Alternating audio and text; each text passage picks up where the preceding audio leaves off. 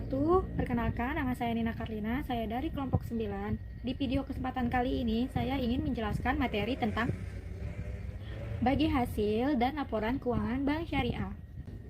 Ada 4 submateri yang akan saya jelaskan di dalam video kali ini. Nah, yang pertama itu ada ruang lingkup bagi hasil. Nah, yang kedua itu ada teknik perhitungan bagi hasil. Yang ketiga itu ada laporan keuangan bank syariah. Dan yang keempat itu ada jenis dan struktur laporan bank syariah. Nah, yang pertama, slide-nya. Di slide pertama ini ada ruang lingkup bagi hasil. Yang pertama itu pengertian bagi hasil. Apa sih bagi hasil itu? Nah, bagi hasil ini berasal dari bahasa terminologi bahasa asing yang sering kita sebut dengan profit sharing. Itu dalam bahasa Inggris ya, yang artinya itu laba. Laba ini apa? Laba itu keuntungan yang dihasilkan dari suatu perusahaan. Nah, sedangkan profit sharing itu artinya adalah mendistribusikan sebagian laba yang didapat dari perusahaan kepada pegawai atau investor. Sedangkan menurut Antonio, bagi hasil adalah suatu sistem pengelolaan dana dari perekonomian Islam, yakni pembagian hasil usaha antara pemilik modal atau yang sering disebut sahibul ma'al dan pengelola atau yang sering disebut mudarib dalam bahasa Arab atau dalam istilah syariah. Jadi, bagi hasil adalah suatu keuntungan atau hasil yang didapatkan dari pengelolaan dana, baik itu dari investasi ataupun dari transaksi jual beli lainnya yang diberikan kepada nasabah. Selanjutnya itu ada konsep bagi hasil. Konsep bagi hasil itu terdiri dari 1. Pemilik dana menanamkan dananya melalui institusi keuangan yang bertindak sebagai pengelola dana. Yang kedua itu ada mengelola dana tersebut dalam sistem yang dikenal dengan sistem full of fund atau dikenal dengan sistem menghimpun dana. Yang ketiga itu ada kedua belah pihak membuat kesepakatan atau akad yang berisi ruang lingkup kerjasama, jumlah nominal dana, dan jangka waktu berlakunya kesepakatan tersebut. Jadi semuanya harus jelas ya. Dan yang keempat itu ada sumber dana terdiri dari simpanan, modal, dan hutang pihak lain. Selanjutnya ada jenis-jenis akad bagi hasil. Itu ada 2, yaitu ada musyarakah dan mudarabah. Musyarakah atau joint venture profit dan loss sharing adalah mencantumkan salah satu dari macam harta dengan harta lainnya sehingga tidak dapat dibedakan di antara akad kerjasama antara dua belah pihak atau lebih untuk suatu usaha tertentu.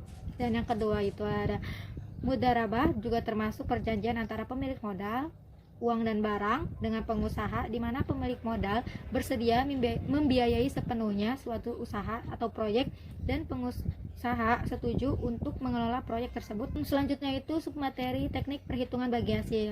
Teknik perhitungan bagi hasil yang pertama itu ada revenue sharing, adalah perhitungan bagi hasil yang didasarkan atas penjualan dan pendapatan kotor atas usaha sebelum dikurangi dengan biaya-biaya. Bagi hasil dalam revenue sharing dihitung dengan mengalihkan nisbah yang telah disetujui dengan pendapatan bruto. Pada umumnya, bagi hasil terhadap investasi dana dari masyarakat menggunakan revenue sharing. Profit sharing, dasar perhitungan bagi hasil dengan menggunakan profit sharing merupakan bagi hasil yang dihitung dari laba atau rugi usaha. Kedua pihak, bank syariah maupun nasabah, akan memperoleh keuntungan atas hasil usaha dan ikut menanggung bila suatu usaha tersebut mengalami kerugian. Jadi, kalau menggunakan profit sharing ini, kedua belah pihak itu menanggung secara bersama-sama. Mau dia untungnya banyak atau ruginya juga harus ditanggung bersama-sama. Laporan keuangan bank syariah. Perbankan syariah yang dalam usahanya didasarkan pada prinsip-prinsip hukum dan syariah Islam dengan mengacu pada Al-Quran dan hadis, beroperasi dengan mengikuti ketentuan-ketentuan syariah Islam, khususnya menyangkut tata cara bermuamalat, misalnya dengan menjauhi praktik-praktik yang mengandung unsur riba dan melakukan kegiatan investasi atas dasar bagi hasil pembiayaan. Selanjutnya ada tujuan laporan keuangan. Tujuan laporan keuangan itu 1. Untuk mendapatkan informasi kepatuhan bank terhadap prinsip syariah, serta informasi pendapatan dan beban yang tidak sesuai dengan prinsip syariah bila ada dan bagaimana pendapatan tersebut diperoleh, serta penggunaannya. Yang kedua itu ada untuk mendapatkan informasi yang membantu mengevaluasi sepenuhnya tanggung jawab bank terhadap amanah dalam mengamankan dana, menginvestasikannya pada tingkat keuntungan yang layak.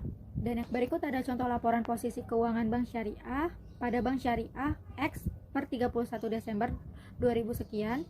Selanjutnya ada jenis dan struktur laporan keuangan bank syariah. Ada 7 jenis macam laporan keuangan pada bank syariah ini. Yang pertama itu ada neraca atau laporan posisi keuangan. Ada pembeda antara laporan posisi keuangan bank syariah dengan bank konvensional, di mana pada bank syariah menerima penyaluran dana yang diambil akan mengikuti perkiraan dana yang telah diberikan sebelumnya. Yang kedua ada laporan laba rugi. Sama seperti bank konvensional, bank syariah juga memiliki laporan laba rugi. Bedanya di sini terdapat dana syirkah. Nah, dana syirkah ini yang nantinya akan dikasih atau dibagikan kepada nasabah. Yang ketiga, laporan arus kas, di mana pada bank syariah ini menggunakan laporan arus kas yang sesuai dengan tatanan PSAK 2 atau menggunakan laporan arus kas biasa. Selanjutnya, ada laporan perubahan ekuitas. Sama seperti bank konvensional, bank syariah juga menggunakan laporan perubahan ekuitas yang berdasarkan ketentuan atau tatanan PSAK 1. Selanjutnya itu adalah laporan perubahan dana investasi terikat. Selanjutnya itu ada laporan penggunaan dana kebajikan yang dimana tercantum dalam PSAK 59 yang nantinya laporan ini bersumber pada Al-Quran. Sekian penjelasan materi dari saya, kurang lebihnya mohon maaf, dan wassalamualaikum warahmatullahi wabarakatuh.